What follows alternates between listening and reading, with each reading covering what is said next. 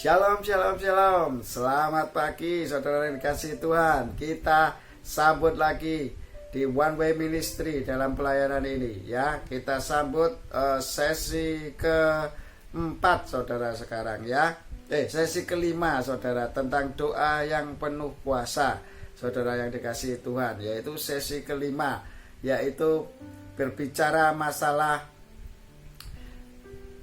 sukacita dan damai sejahtera di dalam Roh Kudus. Nah, ini saudara, kemarin yang di sesi 4 kan sudah dijelaskan doa di dalam roh dan kebenaran itu sudah mengandung unsur itu. Ternyata di unsur itu sudah ada, yaitu kasih, sukacita, damai sejahtera. Di poin kedua dan ketiga ya. Di poin kedua dan ketiga di dalam buah roh, yaitu pribadi Roh Kudus saudara, yaitu sukacita dan damai sejahtera. Nah, ini akan dibahas lebih dalam lagi. Kemarin kan cuma sekilas ya. Ada sukacita itu berarti semangat ya. Semangat, orang semangat itu ya berarti apapun keadaannya ya jenenge semangat ya terus berjalan begitu ya. Terus yang kedua adalah sukacita dan damai sejahtera. Damai sejahtera itu berarti ayem hati nih. Berarti ada melakukannya itu dengan tenang ya, dengan tenang itu ya ayem lah, melakukan dengan ayem itu ya seperti itu gitu loh.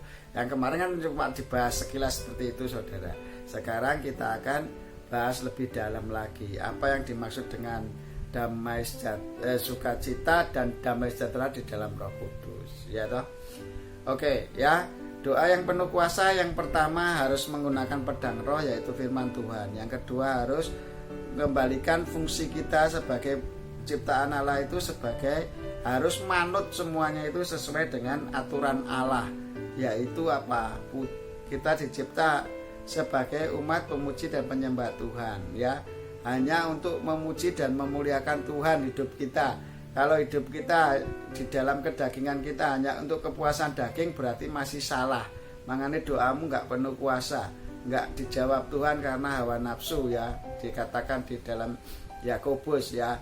Terus yang ketiga adalah poin yang ketiga, anggaplah kamu sudah menerima, maka hal itu akan diberikan kepadamu. Harus pakai iman saudara kalau doa penuh kuasa.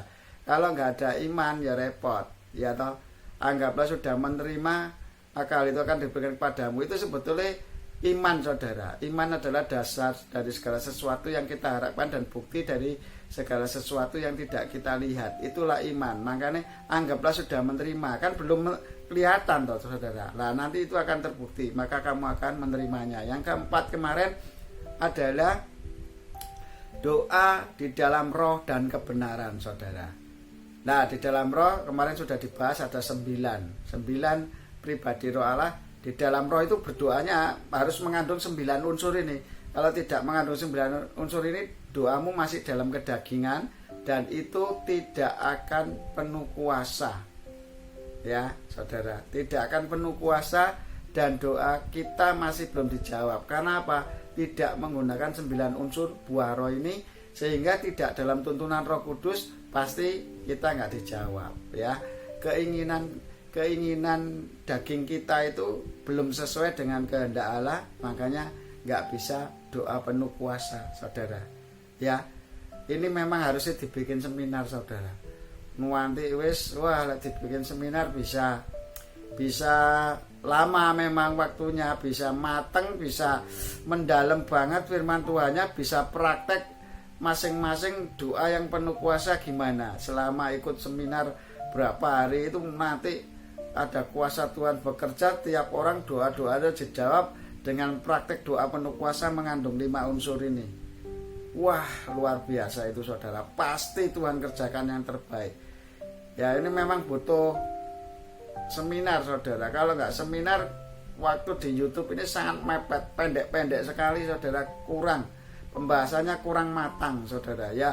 Tapi saya percaya dengan pendek-pendek ini pun nanti Roh Kudus pasti tuntun kita semua ya. Pasti tuntun kita untuk berjalan di dalam kebenarannya dan mengertikan ini semua. Karena kalau rohnya yang satu yang bicara itu pasti podo semua saudara.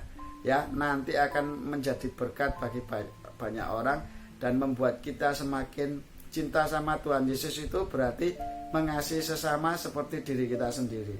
Jangan benci, jangan sama sesama ya. Kalau kita masih ada iri hati, benci dan jengkel dan sebagainya, apalagi kalau kita merasa bahwa diri kita ini selama ini hidup di dunia ini karena usaha kita gitu loh. Itu bahaya sekali itu saudara. Itu kesombongan muncul semua itu di situ. Nanti gitu loh. Bahayanya. Oke. Kita lanjut ya. Di dalam carilah dahulu kerajaan Allah dan kebenarannya. Kenapa harus mencari kerajaan Allah? Karena kerajaan Allah itulah yang memiliki kebenaran, sukacita dan damai sejahtera di dalam Roh Kudus, maka semuanya akan ditambahkan kepadamu. Keren coy. Akan ditambahkan kepadamu semuanya tuh ya. Oke, sekarang kita bahas masalah sukacita ya. Orang kalau ngalami sukacita, doa pagi sukacita, nggak ada alasan saudara. Wah ngantuk, wah kesel, wah kok gak iso tangi dan sebagainya. Sebetulnya semua itu karena kebiasaan saudara. Kalau kita latih, maka latihan badani itu terbatas gunanya, tapi ibadah itu berguna untuk sekarang di dunia ini dan untuk kehidupan yang akan datang. Lah kita motivasinya apa sih gitu loh? Mau doa pagi, mau doa syafaat, itu motivasinya apa? Untuk daging. Ya untuk daging ya gak kuat, nanti mesti aras-arasen. Wah gaus kesel ngantuk, enak turu ae gitu ya.